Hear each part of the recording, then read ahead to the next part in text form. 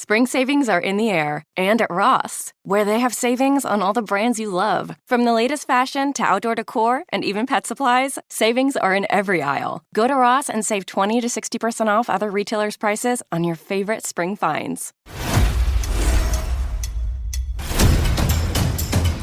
24 chefs, 24 culinary showdowns for 24 hours straight. Which chef will outcook, outpace, outlast the competition? No chef Escapes the clock. All new 24 and 24 Last Chef Standing, Sunday night at 8. See it first on Food Network. Stream next day on Max. This is Optimal Relationships Daily. Why a Minimalist Playroom is Better for Kids by Rachel Jones of NourishingMinimalism.com.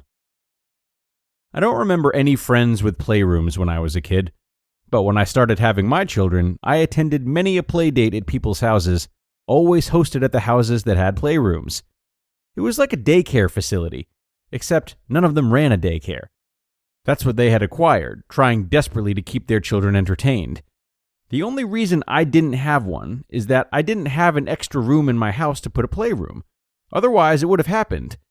But are we really doing the best for our kids when we have a playroom with an overabundance of toys?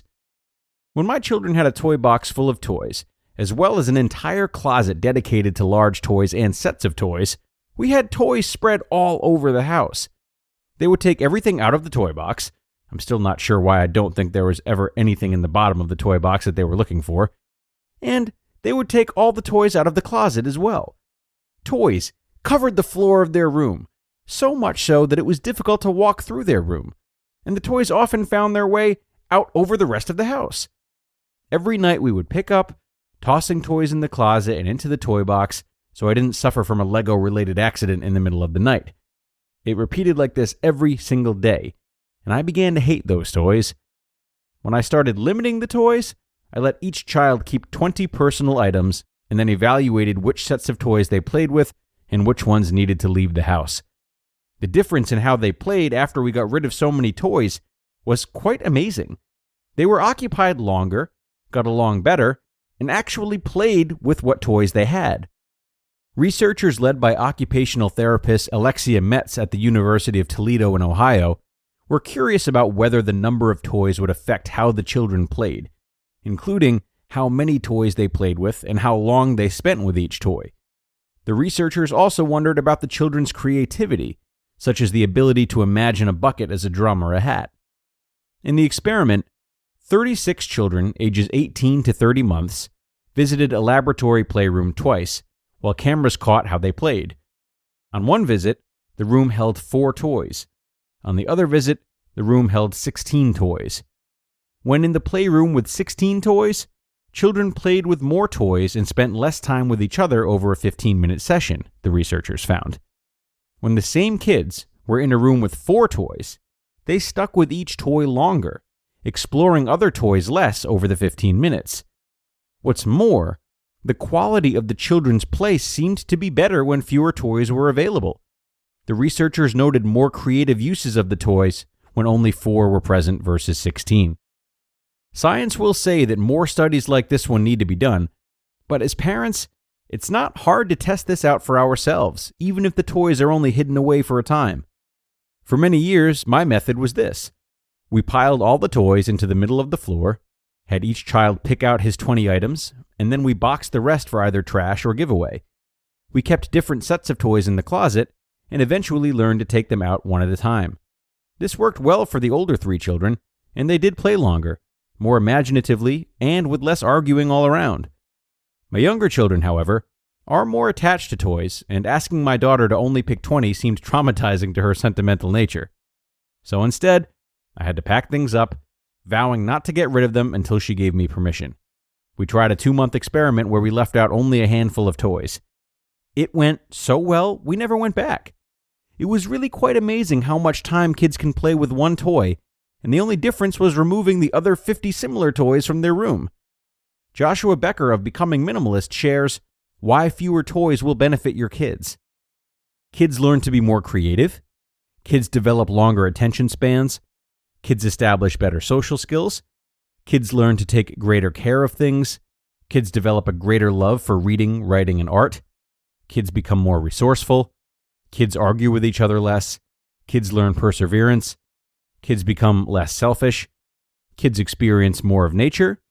Kids learn to find satisfaction outside of the toy store. And kids live in a cleaner, tidier home. Keep their personality in mind.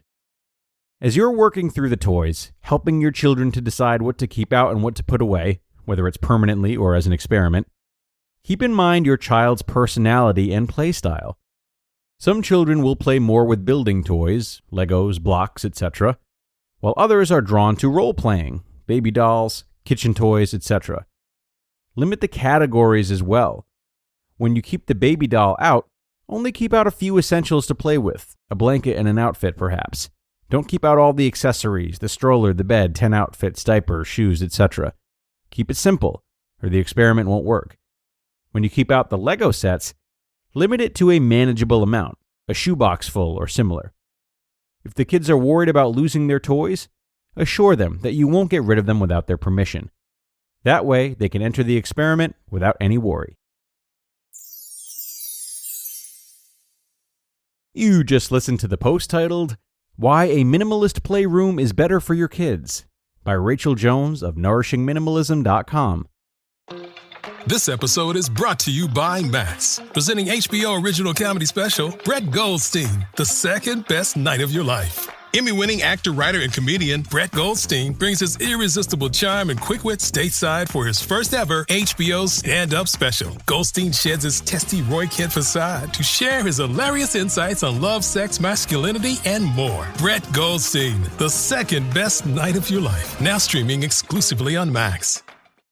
The spirit of innovation is deeply ingrained in America, and Google is helping Americans innovate in ways both big and small. Central Texas Regional Mobility Authority is using Google AI to create smarter tolling systems and improve traffic flow for Texans. This is a new era of American innovation. Find out more at g.co/American innovation.